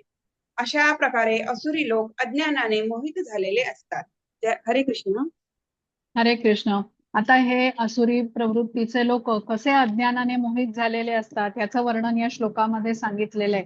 आता श्रीला प्रभुपाद यांनी आपल्याला जी भक्तीची 4 नियामक तत्व सांगितली, मांसाहार करायचा नाही, जुगार खेळायचा नाही, नशा आणि अवैध संबंध ठेवायचे नाही, यापासून आपण नेहमी दूर राहिलं पाहिजे. पण हे आसुरी लोक अतिशय लिप्त असतात या 4 गोष्टींमध्ये. ज्या गोष्टींचा पूर्णपणे त्याग करायला सांगितलेला आहे आध्यात्मिक प्रगतीसाठी, तिथे हे असुरी लोक ठरवतात की एकच तर जन्म मिळालाय हे सगळं करण्याचा, उपभोग घेण्याचा, तर का नाही करायचा, मजा करायची. तर या सर्व गोष्टी अनिर्बंधपणे ते करतात. कारण ह्याच्या मागचं असतं कधीही न संतुष्ट होणारा काम किंवा वासना यांच्या आहारी ते गेलेले असतात. इंद्रियांच्या इच्छांची तृप्ती करणे म्हणजे ते आगीत तेल घातल्यासारखं म्हटलं जातं की आग कधी शमत नाही, कितीही भोग केला तरी अतृप्तच राहणार. तर अशा रीतीने भंगूर गोष्टींच्या मागे ते जात असतात, अपवित्र बनतात. उद्या कोणी बघितलाय, आज करायला मिळतंय ना, मग मजा करा, अशी त्यांची वृत्ती असते. पण ते कधीही असं त्यांच्या म्हणजे दिनचर्येमध्ये कधी भगवद्गीता वाचूया, श्रीमद भागवतम वाचूया असे संकल्प मात्र ते कधी करत नाहीत. तर हे अशा प्रकारे ते अशुचिरभूत कर्म करण्यामध्ये गुंतलेले असतात. आता हा जो असुरी प्रवृत्तीचा मनुष्य आहे तो संतुष्टही कधी राहू शकत नाही. तो विचार काय करतो की मी शत्रूला मारून जगावरती राज्य करेन. जसं की आता कंसाला वाटायचं की मी कृष्णाला मारून सुखामध्ये राज्य करेन, हिरण्यकश्यपूला हेच वाटायचं, रावणही असाच विचार करत असे. आता रावणाकडे किती शक्तिशाली योद्धे होते, मेघनाद होता, कुंभकर्ण होतं, त्याला वाटत असेल मला कोणीच मारू शकणार नाही. पण अंतसमय काय झालं, ह्यापैकी काही उपयोगी आलं नाही. तर जसे आसुरी प्रवृत्तीचे लोक दाखवतात की चांगलं कर्म करता आहेत, पण त्यांचा उद्देश काय असतो, त्यामागचा प्रतिष्ठा मिळवणे हा असा असतो. म्हणजे ते जगाला एक प्रकारचा देखावा करत असतात. आता इथे चित्रामध्ये जी विविध उदाहरणं दाखवली आहेत बघा, कंस दाखवला आहे किंवा रावणाने सीतेच्या सौंदर्याचं वर्णन शूर्पणखेकडून ऐकलं होतं आणि त्याची इच्छा झाली होती की तिचं अपहरण करण्याची आणि पतनच झालं शेवटी. आणि ह्याचा विरुद्ध परिणाम कसा होतो, ज्या वेळेला आपण कृष्ण कथा ऐकतो, कृष्ण भजन ऐकतो, संकीर्तन करतो, त्यावेळी आपण भक्तीमध्ये दृढ होतो, आपली निष्ठा वाढते भक्तीमध्ये आणि प्रगती होते. म्हणजे आपली इंद्रिय आपण कशासाठी वापरतो हे आपण सद्विवेक बुद्धीने ठरवलं पाहिजे. हे आपल्याला स्वातंत्र्य दिलेलं आहे. तर हे इथे आपण लक्षात घ्यायला पाहिजे. तर हे असुर जे असतात ना, ते कसे ह्या प्रवृत्तीने ते प्रभावित असतात. आता दुर्योधन हा कसा व्यक्ती होता, त्याला सगळ्यांनी समजवलं पण त्याने ऐकलं का? कृष्णही गेले होते त्याच्या पुढे शांती प्रस्ताव घेऊन की पांडव सहिष्णू आहेत, 5 गावं त्यांना दे राज्य करायला, बाकी सगळीकडे तू शासन कर. पण दुर्योधन म्हणाला 5 गावं काय सुईच्या टोकावर मावेल एवढी जमीन पण देणार नाही, अशी मनमानी तो करत असे. तर या असुरांना शाश्वत आनंद माहिती नसतो. आता सुख मिळतंय ना, इन्स्टंट ग्रॅटिफिकेशन, मग ते करायचं, अशी त्यांची वृत्ती असते. आता लहान मुलं बघा, नेहमी ना खेळण्यामध्ये त्यांना खूप आनंद मिळतो, अगदी दिवसभर ते खेळू शकतात, अभ्यास करायचा नसतो त्यांना, आणि आई बाबांनी सांगितलं तरी ते ऐकत नाहीत. तसंच हे भौतिक जगामधले आसुरी प्रवृत्तीचे जीव असतात, की त्यांना सांगितलं भगवद्गीतेच्या वर्गाला या, श्रीमद भागवतमचं पठण करा, कधी जप करा, मंदिरामध्ये जा, काही सेवा करा, पटकन कोणी तयार होत नाही. वेळ नाही, घाई आहे खूप, पुढे बघूया, असं करून ते टाळतात. आता खरं तर आपलं आयुष्य किती आहे कोणालाच माहिती नाहीये, पण इंद्रिय तृप्तीच्या योजना मात्र त्या मोठ्या मोठ्या आखत असतात. शाश्वत आनंद देणाऱ्या गोष्टी करण्याची त्यांची जरा पण तयार नसते आणि इच्छाही नसते. तर ही अशी असते आसुरी प्रवृत्ती. आता अर्जुन बघा, परमपिता पुरुषोत्तम श्रीकृष्ण यांच्या आदेशानुसार वागून विजयी झाला, आनंदी झाला. त्यांच्या इच्छेविरुद्ध तो जर का गेला असता तर मात्र त्यालाही दुःखाचा सामना करावा लागला असता. हा, हरे कृष्ण. माताजी वाचा. या प्रकारे अनेक चिंतांनी भ्रांत झालेले आणि मोहजालामध्ये बद्ध झालेले असुरी लोक इंद्रिय तृप्तीमध्ये अत्याधिक आसक्त होतात आणि नरकामध्ये पतित होतात. हरे कृष्ण. हा, हरे कृष्ण. आता इथे आपल्याला काय सांगितलंय की दैवी गुण बाळगून जे भक्ती सेवेमध्ये संलग्न होतात ते गोलोकधामाकडे प्रगत होतात. गोलोकधाम हे कृष्णांचं धाम आहे. पण आसुरी प्रवृत्तीचे जे लोक आहेत ते नरकामध्ये पतित होतात. म्हणजे भगवंतांना श्रेष्ठ न मानता, त्यांच्या आदेशांचा पालन न करणारे, स्वतःच्याच लहरीप्रमाणे वागणारे असे आसुरी प्रवृत्तीचे लोक अंततः नरकाची गती प्राप्त करून घेतात. आता हे आसुरी प्रवृत्तीच्या लोकांचं जे बळ असतं ना, त्या जोरावरतीचे ते सर्व कृत्य करत असतात. पण त्यांना हे ज्ञान नसतं की पूर्वजन्माचं काहीतरी पुण्याचं फळ होतं, म्हणून त्यांना हे सामर्थ्य किंवा बळ प्राप्त झालेलं आहे. पण त्यांचा पुनर्जन्म, कर्माचा सिद्धांत या गोष्टींवरती जराही विश्वास नसतो. तर हे आसुरी प्रवृत्तीचे लोक रजोगुण आणि तमोगुणाने जखडलेले असतात, आणि या गुणातून ते आपल्या स्वप्रयत्नांनी सुटका पण करून घेऊ शकत नाही. त्यांचं भाग्य असेल तर कुठल्या आध्यात्मिक गुरूंच्या सान्निध्यात ते येतील, त्यांच्या मदतीने त्यांनी सांगितलेले उपदेश त्यांनी जर का पाळले तर या गुणातून ते बाहेर निघू शकतील. अन्यथा त्यांच्या प्रगतीच्या आशा सगळ्या संपलेल्याच असतात. हा, हरे कृष्ण माताजी. कृष्ण. मिथ्या, अहंकार, बल, गर्व, काम आणि क्रोध यांनी मोहित झालेले असुरी लोक स्वतःच्या देहामध्ये आणि इतरांच्या देहामध्ये स्थित असलेल्या परम पुरुष भगवंताचा द्वेष करतात आणि खऱ्या धर्माची निंदा करतात. हरे कृष्ण. हरे कृष्ण. आता इथे कृष्ण काय म्हणतायत की जे द्वेषी आहेत, क्रूर आहेत, नराधम आहेत, म्हणजे नरांमध्ये अधम आहेत, असे मनुष्य असूनही पशुतुल्य जीवन जगणारे असतात.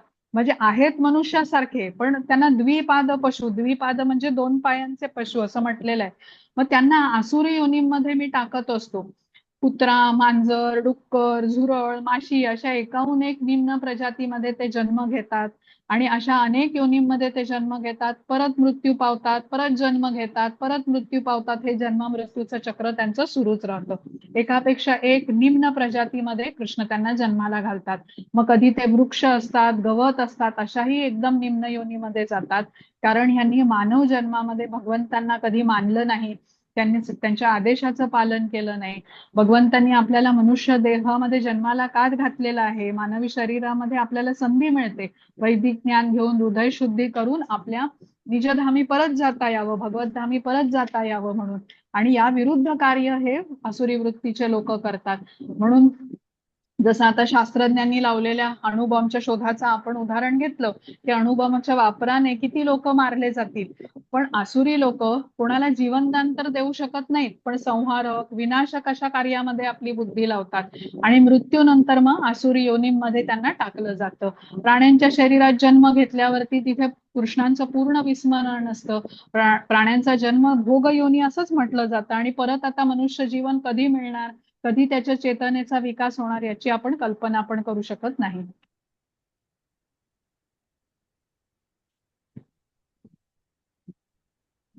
हा, हरे कृष्ण. जे द्वेषी, क्रूर आणि नराधम आहेत त्यांना मी चिरकालासाठी भवसागरामधील विविध असुरी योनीत टाकीत असतो. हरे कृष्ण. हा, हरे कृष्ण. बघा इथे तेच सांगितलेलं आहे, चिरकालासाठी अशा निम्न शरीरामध्ये ते जन्म घेतात. आता स्वतःला हे शरीरच मानतात, त्यामुळे शरीराच्या संबंधी हे कार्य करत असतात आसुरी लोक. त्यांना थोडीशी सत्ता दिली किंवा शक्ती दिली तर ते आपलं वास्तविक रूप दाखवतात. बघा, कुणाचा खरा स्वभाव जर का जाणून घ्यायचा असेल त्याला थोडीशी सत्ता देऊन बघायचं आपण, तो आपल्या खऱ्या स्वभावाचं दर्शन करतो. तर असुर जे असतात ते शक्ती मिळताच कसा दुरुपयोग करतात. आधी अगदी तो हात जोडून उभा असेल पण त्याला शक्ती मिळाली की त्याचा तो ताबडतोब दुरुपयोग करतो, आपल्या बळाचा गैरवापर करतो आणि भगवंतांची निंदा करतात. जसं आपण ह्या आधीच्या स्लाइड मध्ये बघितलं ना की शिशुपालाचं चित्र दाखवलेलं आहे, गैरवर्तन करायचा, निंदा करायचा आणि मग शेवटी सुदर्शन चक्राने त्याचा वधही झाला. तर जे मिथ्या अहंकार, बल, गर्व, काम, क्रोध हे सर्व अनर्थ असतात या आसुरी वृत्तींच्या लोकांमध्ये. त्यामुळे ते भगवंतांचा मत्सर करतात आणि मग त्यांचं पुढे त्याचा परिणाम काय होतो हे 19व्या श्लोकामध्ये सांगितलं की चिरकालासाठी भवसागरातल्या विविध आसुरी योनींमध्ये भगवंत त्यांना टाकतात, म्हणजे त्यांना नरकाच्या दिशेने जावं लागतं. हा, हरे कृष्ण माताजी.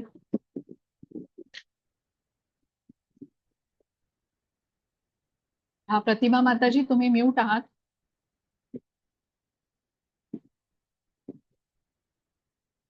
बरं, कोणी अजून वाचेल का? मी वाचू माताजी.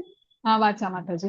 हे कोणते आसुरी योनीमध्ये वारंवार जन्म घेणारे असे लोक कधीही माझ्याकडे येऊ शकत नाहीत. हळूहळू ते अत्यंत अधोगतीला प्राप्त होतात. हरे कृष्ण माताजी. हरे कृष्ण. आता भगवंत कसे आहेत? परम कृपाळू आहेत, पण असुरांच्या बाबतीमध्ये ते कृपाळू नसतात. आसुरी प्रवृत्तीच्या लोकांना भगवंत अनेक आसुरी म्हणजे नीच योनीमध्ये जन्माला घालतात. जोपर्यंत त्यांचं शुद्धीकरण होत नाही तोपर्यंत अशाच निम्न योनीमध्ये जन्म मृत्यूच्या चक्रामध्ये हे फिरत राहतात. आता बघा, खूप खराब कपडे आपले असतील आणि ते कसे आपटून आपटून आपल्याला धुवायला लागतात, त्यावेळेला त्यातला मळ बाहेर पडतो. तसंच समजायचं की जोपर्यंत ह्यांचं शुद्धीकरण होत नाही तोपर्यंत त्यांना अशा जन्मामध्ये, निम्न शरीरामध्ये भगवंत जन्माला घालतात. तर हे इथे त्या भगवंतांनी आता त्यांचा परिणाम पण सांगून टाकला आपल्याला. हा, आता 21वा माताजी. हरे कृष्ण वरदा माताजी.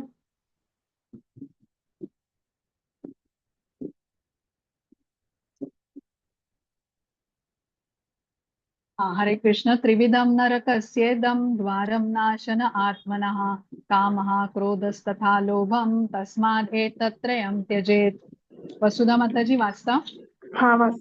काम, क्रोध आणि लोभ ही नरकामध्ये जाण्याची 3 द्वारे आहेत. प्रत्येक बुद्धिमान मनुष्याने त्यांचा त्याग केला पाहिजे, कारण या तिन्हीमुळे आत्म्याचा विनाश होतो. हरे कृष्ण माताजी. हरे कृष्ण. आता काम, क्रोध आणि लोभ ही नरकाची 3 द्वारं म्हटलेली आहेत. काम म्हणजे काय? अनियंत्रित इंद्रिय तृप्तीची इच्छा, आणि या इच्छा पूर्ण करताना मनुष्य कर्मबंधनामध्ये अधिकच अडकतो. आणि या इंद्रिय तृप्तीच्या इच्छा भडकल्या तर कधीही शांतही होत नाहीत, आणि ह्या पूर्ण करताना बाधा आली की क्रोध उत्पन्न होतो. आणि क्रोधामध्ये आपण जाणून घेतलं की बुद्धी नाश होतो, व्यक्ती चुकीचं कर्म करतो आणि परत बंधनामध्ये अडकतो. तसंच इंद्रिय तृप्तीच्या इच्छा पूर्ण झाल्या तरी आग शमत नाही, ती अजून भडकते, अजून पाहिजे म्हणजे लोभ उत्पन्न होतो आणि हे करताना पण मनुष्य बंधनामध्ये अडकतो. तर अशा प्रकारे काम, क्रोध आणि लोभ त्यांच्या अधपतनाला कारणीभूत होतात. अधपतन म्हणजे प्राण्यांच्या शरीरामध्ये जन्म, म्हणजे कृष्णांचं पूर्ण विस्मरण. आता काम, क्रोध, लोभ हे आत्म्याला कृष्णांपासून खूप दूर नेतात. प्राण्यांच्या शरीरात जन्म म्हणजे विस्मरण कृष्णांचं, आणि आत्मा जेवढा कृष्णांपासून दूर असतो तेवढा तो अधिक दुःख भोगत असतो. म्हणून काम, क्रोध, लोभ या बुद्धिमान मनुष्याने याचा त्याग केला पाहिजे, कारण या तिन्हीमुळे आत्म्याचा विनाश होतो हे आपल्याला सांगितलेलं आहे. तर हे काम ना मूळ आहे. कामच नसेल म्हणजे असंख्य इच्छा किंवा वासना नसतील तर क्रोधही नसेल आणि लोभही नसेल. म्हणून शास्त्र सांगतं की कामाचं परिवर्तन आपल्याला प्रेमामध्ये करायला हवं. स्वतःच्या इंद्रिय तृप्तीच्या इच्छा न ठेवता कृष्णांना प्रसन्न करण्याची इच्छा आपल्याला ठेवायला हवी. जसं आता आयुर्वेद आहे बघा, तिथे वात, पित्त आणि कफ ह्याचं असंतुलन झालं की शरीरामध्ये वेगळ्या वेगळ्या व्याधी निर्माण होतात. म्हणजे महत्व दिलं जातं वात, पित्त आणि कफला. तसंच हे काम, क्रोध आणि लोभ आहेत बघा. तर कृष्ण अनेकदा भगवद्गीतेमध्ये काम, क्रोध आणि लोभ यावर बोलतात. आता कौरव जे चुकीच्या मार्गाने राज्य प्राप्ती करू इच्छित होते, पांडवांना जंगलात पळवून लावायचं, हेच नाही तर पांडवांचा विनाश व्हावा हीच त्यांची इच्छा होती. सर्व जगावर आम्हीच राज्य करणार हा त्यांचा विचार होता. आता या सर्व अशुद्ध भावनेचं कारण म्हणजे हे अनर्थ, काम, क्रोध, लोभ. आता काम हे सर्व पापांचं मूळ आहे. क्रोधाला कामानुज म्हटलं जातं, म्हणजे कामाचा लहान भाऊ. जिथे काम आहे तिथे हा क्रोध असणारच आणि लोभही असणार. तर जसे हे कौरव अत्यंत लोभी होते, सर्व राज्य आपणच बळकावायचं असा त्यांचा विचार होता. पण युधिष्ठिर महाराज कसे होते, ते राजा बनले असते तर त्यांनी दुर्योधनाला राज्य करायला जागा दिली असती. युधिष्ठिर महाराज विशाल हृदयी होते, अजातशत्रू म्हटलं जायचं त्यांना. तर कौरवांना ते बंधूच मानत. पण दुर्योधन कसा होता, एकमेव राजा मला बनायचं, मलाच सत्ता हवी, याला लोभ म्हटलेलं आहे. तर आता किती आक्रमण बघा आपल्याही देशावरती झाली. मुघलांचं आक्रमण झालं, ब्रिटिश आले सत्तेवरती, दुसऱ्यांची जमीन बळकावून स्वतःची करायची या हेतूनेच ही आक्रमणं झालेली आहेत. आणि कौरवही अशाच पापमय कृतीमध्ये लागलेले होते. आता या धर्मयुद्धाच्या द्वारे कृष्ण हेच समजवत आहेत की जो अशा अधर्माच्या काम क्रोध लोभ यांच्या आहारी गेला असेल तर त्याचं पतन निश्चित आहे. नरकस्य द्वारम म्हटलेलं आहे. एतत् त्रयं त्यजेत, म्हणजे तिन्हींचा त्याग केला पाहिजे, हे कृष्णांनी आपल्याला सांगितलेलं आहे स्पष्ट शब्दामध्ये. तर हे जे 3 अनर्थ आहेत ना, काम क्रोध लोभ, यामुळे आपल्यामध्ये भोगवृत्ती येते. क्रोधाने नियंत्रण करण्याची इच्छा आपल्यामध्ये येते इतर जीवांना, आणि लोभामुळे आपल्यामध्ये स्वामित्वाची भावना येते. जसं मालमत्ता आपली, जमिनीवरती आपण हक्क सांगणे. कुठल्या कुटुंबात बघा मालमत्तेवरती एवढे वादविवाद होतात की एकमेकांचे चेहरे बघत नाहीत लोक. आणि खरं तर सगळं कृष्णांचंच आहे, पण मनुष्य ह्यातला एखाद्या जमिनीचा तुकडा माझा म्हणून समजतो, त्याच्यावर काहीतरी सुरू करतो आणि इतरांना नियंत्रण करायला बघतो.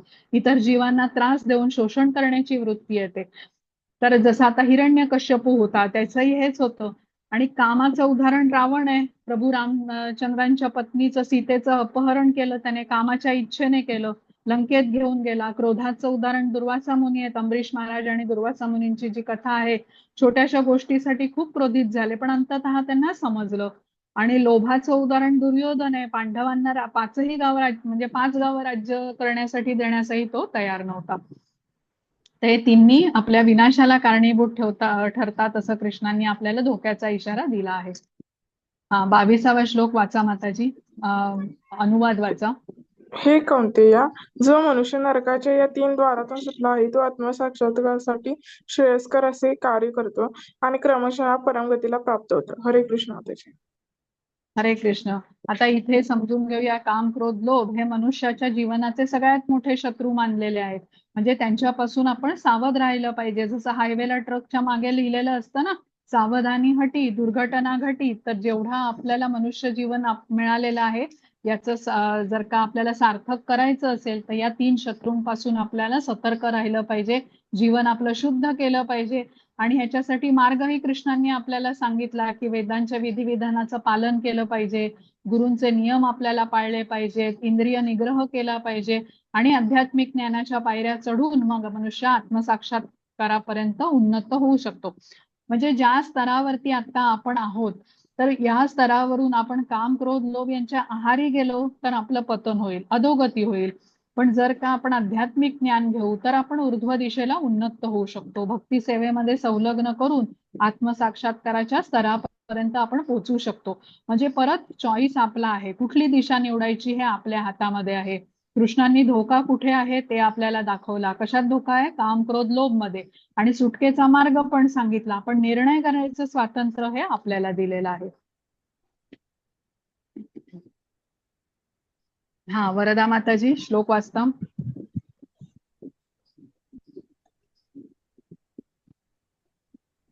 हरे कृष्ण.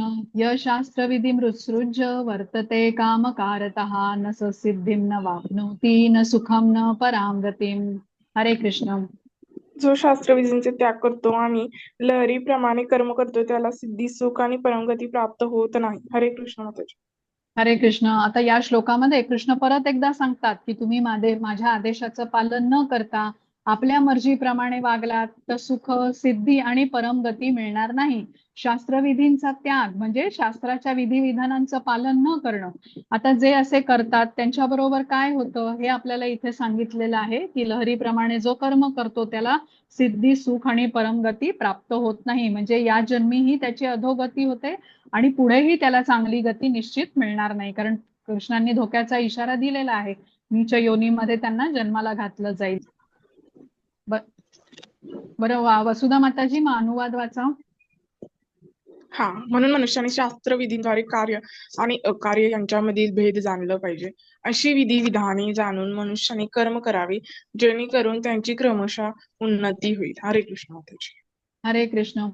आता इथे कृष्ण सांगतात की शास्त्रांच्या विधिविधानांचं पालन केलं पाहिजे. शास्त्राद्वारे ज्ञान घेऊन पापकर्म कोणतं, पुण्यकर्म कोणतं, अकर्म कुठलं हे आपण जाणून घेतलं पाहिजे. अकर्म म्हणजे कृष्णाच्या आनंदासाठी केलेलं कार्य, जिथे कर्माचं फळ आपण कृष्णांना अर्पण करतो, त्यामुळे आपल्याला कर्मबंधन लागत नाही. यासाठी कर्माचं ज्ञान आपल्याला व्यवस्थितपणे प्राप्त केलं पाहिजे. हे ज्ञान आपण कुठून प्राप्त करू शकतो? तर प्रमाणित आध्यात्मिक गुरूंकडून प्राप्त करू शकतो.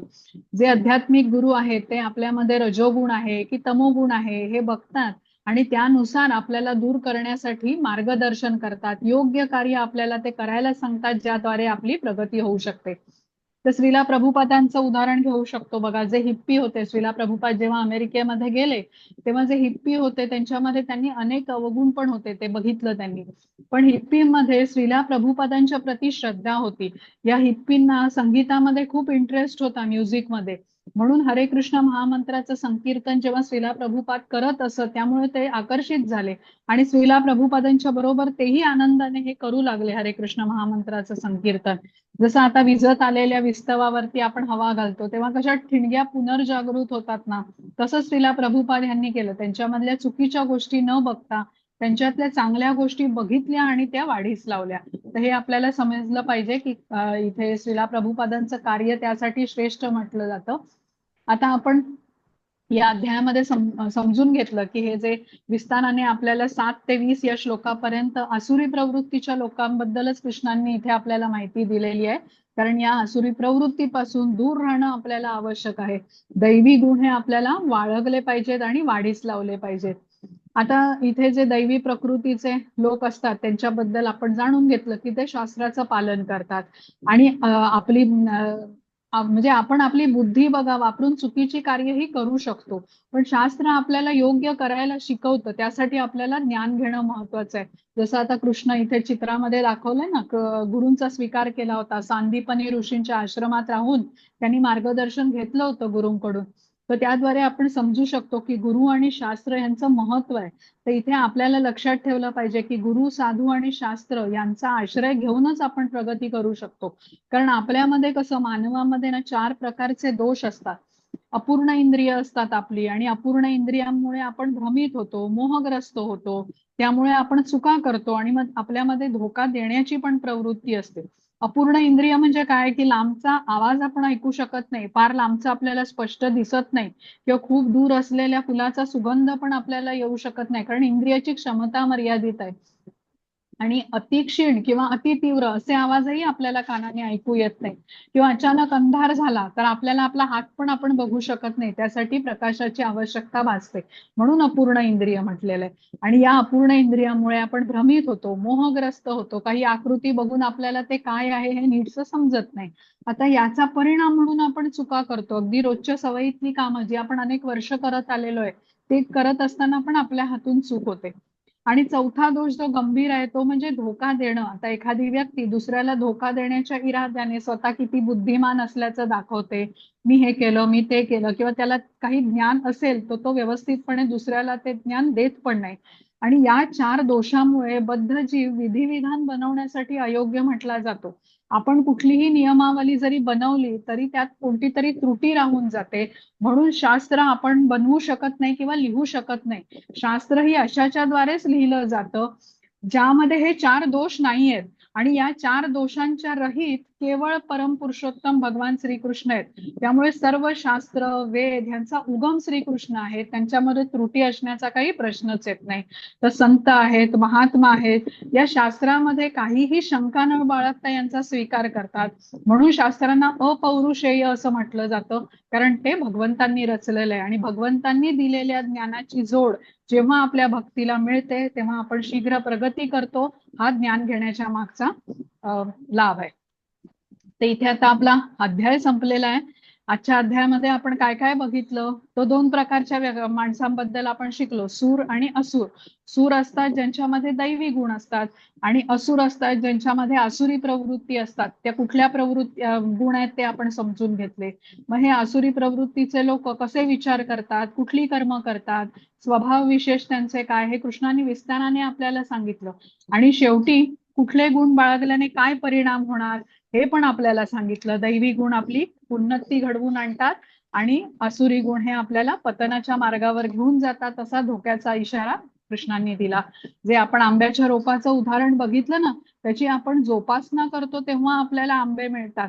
आणि गवत आहे, तृण आहे, काहीही केलं नाही तरी ते उगवतच. पण ते तृण लहान असतानाच आपण उपटून टाकलं तर ते सोपं होतं. नाही काढून टाकलं वेळच्या वेळी ते वाढत जातं, काटेरी वृक्ष बनतो त्याचा आणि मग तो छाटायला खूप कठीण होतो. त्यामुळे हे जे वाईट गुण आहेत आपल्याला जितक्या लवकर आपल्यामधून काढून टाकता येतील तेवढा प्रयत्न करायला हवा आणि त्यासाठी सतर्क राहायला हवं. आपल्याला ते गुण आपल्यामध्ये वाढू देऊ नयेत. चांगल्या सवयी, चांगले गुण हे आपणहून येत नाहीत, त्यांना आत्मसात करावं लागतं, जोपासावे लागतात. तर इथे आपण काय लक्षात ठेवूया, जसं आता अग्नीच्या संपर्कात आलेली वस्तू तप्त होते म्हणतो ना, गरम होते, कारण अग्नीचा गुणधर्म आहे तप्तता, हा त्याच्यामध्ये येतो. तसंच भगवंतांच्या संपर्कामध्ये आलेला जीव भगवंतांचे गुण आत्मसात करतो. त्यासाठी वेगळं काही करण्याची आवश्यकता नसते. केवळ भगवंतांची दृढ संगती आपल्याला जोडता आली पाहिजे. दृढ संगती म्हणजे त्यांनी दिलेला जो उपदेश आहे ना, त्याचा आपल्याला पालन करण्याचा प्रयत्न केला पाहिजे. तर हरे कृष्ण. इथे आपला आजचा अध्याय संपलेला आहे. एक गोष्ट तुम्हाला शेवटी सांगते, म्हणून मी रेकॉर्डिंग बंद करते. तर आज अक्षय तृतीया आहे. अक्षय म्हणजे ज्याचा कधी क्षय होत नाही. आणि आजच्या दिवशी जे आपण कार्य करू ते शाश्वत राहील, अविनाशी असेल. म्हणून आध्यात्मिक विकास, भगवंतांच्या सेवेमध्ये दान देण्याचा आजचा दिवस सर्वोत्तम मानला जातो. आता एवढा शुभ दिवस आहे की मुहूर्त बघण्याची पण आवश्यकता नसेल. आणि इतिहासामध्ये कितीतरी महत्वाच्या घटना घडल्याची उदाहरणं आजच्या दिवसाशी निगडीत आहेत. असाधारण महत्व असलेला हा दिवस आहे. भगवान परशुराम यांचा प्रगट दिन आहे आज. नद्यांमध्ये पवित्र असलेली नदी गंगा आज अवतरित झाली पृथ्वीवरती. महर्षी व्यासदेवांनी गणपतीला लेखक बनवून महाभारताची रचना आजपासून सुरू केलेली होती. पांडवांना आजच्याच दिवशी अक्षय पात्र मिळालं. सुदाम्याची भेट आपला बालमित्र कन्हैयाशी द्वारकाधीशांची आजच्या दिवशीच झाली आणि मूठभर पोहे त्यांनी भेट दिले होते. म्हणजे आजचा दिवस चंदन यात्रेचा प्रारंभ होतो. रथयात्रा असते बघा, त्याचा रथ रथांची बनवण्याची सुरुवात आजपासून केली जाते. बद्रीनाथ इत्यादी पवित्र स्थानं जी शीतकाळामध्ये बंद राहतात तर ती त्यांची द्वारा भाविकांच्या दर्शनासाठी आजपासून खुली होतात. तसा अत्यंत प्रभावशाली असा हा दिवस आहे. आजच्या म्हणजे काळामध्ये सुवर्ण आहे, संपत्ती आहे, प्रसिद्धी, याच्या मागे लोक धावतात बघा. पण अक्षय तृतीयेसारखा दिवस आपलं लक्ष अशा गोष्टीकडे वळवतो की खरी संपत्ती काय आहे, अध्यात्म आहे, भगवंतांची सेवा आहे. मग आपण कशात गुंतवणूक करणार हे आता आपल्याला विचारपूर्वक ठरवलं पाहिजे. अस्थायी सफलतेच्या मागे आपण जाणार का शाश्वत संपत्ती जी आपल्याला मिळणार आहे, दैवी संपत्ती, त्याच्यामध्ये आपल्याला गुंतवणूक करायची? आता हा निर्णय हा आपला आहे. आणि आजचा अध्याय बघितल्यावरती तर आपल्याला काही शंका असण्याची काही कारणच नाही. अक्षय तृतीयेच्या दानासाठी